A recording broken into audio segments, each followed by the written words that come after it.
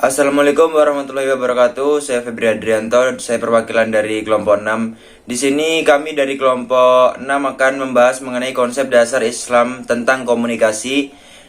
Beranggotakan yaitu Febri Adrianto, Nalika Safira, Triandika Surya. Dan pembahasan yang pertama adalah konsep komunikasi Islam. Komunikasi Islam merupakan bentuk frasa dan pemikiran baru yang muncul dalam penelitian akademik sekitar 3 dekade belakangan ini.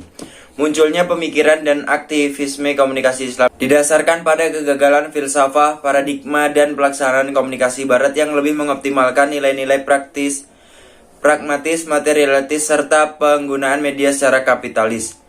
Selanjutnya itu sebagaimana makhluk sosial kita sangatlah membutuhkan bantuan dari orang lain demi memenuhi kebutuhan kita sehari-hari. Tentunya dengan kita berkomunikasi kepada orang lain, proses tersebut akan sangat membantu kita untuk menjalankannya. Inti dari berkomunikasi ialah untuk menyampaikan suatu pesan ataupun informasi kepada seseorang, komunikan, atau audien. Karena dengan berkomunikasi secara langsung, direct communication, maka kita juga akan mendapatkan timbal balik informasi atau feedback dari seseorang komunikan tersebut. Selanjutnya yaitu bahkan agama Islam pun mengajarkan kepada kita untuk berkomunikasi kepada siapapun sebagaimana dalam firman-Nya, Ya ayuhan nasu inna khalaqnakum minan dzakarin wa unsa wa ja'alnakum su'a wa qabaila lita'arafu inna akramakum indallahi anqarnakum innallaha alimun khabir. Yang artinya, hai manusia, sesungguhnya kami menciptakan kamu dari seorang laki-laki dan seorang perempuan dan menjadikan kamu berbangsa-bangsa dan bersuku-suku supaya kamu saling kenal mengenal. Sesungguhnya orang yang paling mulia di antara kamu ialah orang yang paling takwa di antara kamu. Sesungguhnya Allah Maha mengetahui lagi Maha mengenal. Quran Surat Al-Hujurat ayat 13. Prinsip-prinsip komunikasi Islam yang sasaran setiap prinsip komunikasi sebagaimana yang dijelaskan Al-Quran adalah sebagai berikut. Yang pertama, kaulan baliga untuk kaum munafik. Yang kedua, kaulan maisura untuk menolak permintaan tanpa menyakiti. Kaulan karima berkomunikasi dengan orang tua. Kaulan ma'rufa berkomunikasi dengan fakir miskin. Kaulan layina untuk pemimpin atau penguasa yang dolim seperti Fir'aun. Kaulan sadida untuk mendidik anak atau remaja. Kaulan syawira untuk mengambil sebuah keputusan bersifat kepentingan orang banyak atau umum. Kaul azur, perhatian dan modal utama setiap orang dalam berkomunikasi dengan siapa saja, dalam keadaan apa saja, dan di mana saja. Senantiasa selalu untuk menjauhi perkataan yang mengandung unsur kedustaan dan kebohongan. Penjelasan yang pertama yaitu kaulan baligha. Firman Allah, ulaikal ladzina ya'lamullahu ma fi qulubihim fa'rid anhum wa'idhum wa qulna lahum fi anfusihim qaulan baligha.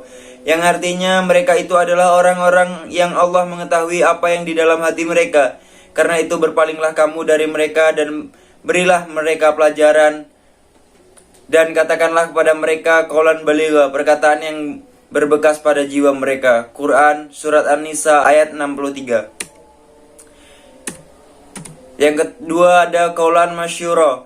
Wa imma tu'ridhanna anhumu ubtigha'a rahmati min rabbika tarjuha faqul lahum qawlan mabsyura. Yang artinya, dan jika kamu berpaling dari mereka untuk memperoleh rahmat dari Tuhanmu yang kamu harapkan, maka katakanlah kepada mereka qawlan masyura, ucapan yang mudah.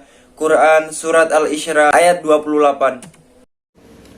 Yang ketiga adalah kaulan karimah. Kaulan karimah adalah perkataan yang mulia dibarengi dengan rasa hormat dan mengagungkan, enak didengar, lemah lembut, dan bertata krama. Dalam ayat tersebut, perkataan yang mulia wajib dilakukan saat berbicara kepada kedua orang tua. Dan Tuhanmu telah memerintahkan supaya kamu jangan menyembah selain Dia, dan hendaklah kamu berbuat baik kepada kedua orang tuamu dengan sebaik-baiknya. Jika salah seorang di antara keduanya atau kedua-duanya sampai berumur lanjut dalam pemeliharaanmu, sekali-kali janganlah kamu mengatakan kepadanya kata ah, dan kamu janganlah membentak mereka, dan ucapkanlah kepada mereka kaulan karimah, ucapan yang mulia. Quran Surah Al-Isra ayat 23. Yang keempat adalah kaulan laina. Kaulan laina berarti pembicaraan yang lemah lembut dengan suara yang enak didengar, dan penuh keramahan sehingga dapat menyentuh hati. Dalam tafsir Ibnu Katsir disebutkan yang dimaksud laina ialah kata-kata sindiran, bukan dengan kata-kata terus terang atau lugas, apalagi kasar.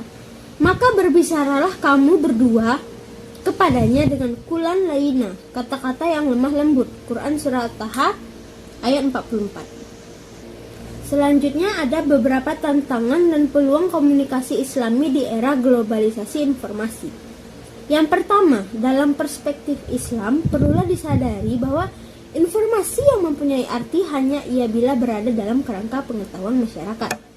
Hanya bila komponen sasarannya selaras dengan aspek-aspek mutlak, substansional, kultural, dan subjektif suatu masyarakat, barulah informasi dapat memberikan sumbangan positif kepada masyarakat itu sendiri. Yang kedua, pada masa depan komunikasi Islam itu dapat dikembangkan dengan memperhatikan 7 konsep pokok Islam, yaitu mempunyai kaitan langsung dengan penciptaan dan penyebaran informasi, yakni tauhid, ilm, hikmah, adil, ijma, syura, istislah, dan ummah muslim.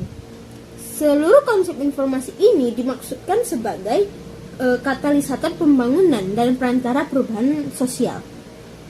Yang ketiga yaitu peluang eksistensi komunikasi Islam pada masa depan tentu saja berangkat dari historis empirikal, karena umat Islam telah memiliki pengalaman dan akar budaya masa lalu menjadi sarana potensial untuk meng-up-to-date-kannya dan mengupgrade-nya dalam konteks kekinian.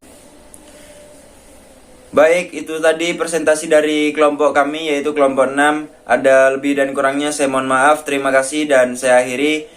Wassalamualaikum warahmatullahi wabarakatuh.